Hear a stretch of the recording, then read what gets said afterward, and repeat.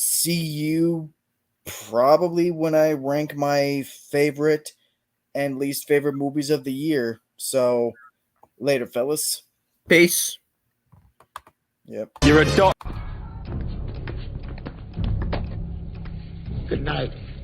And always remember, that's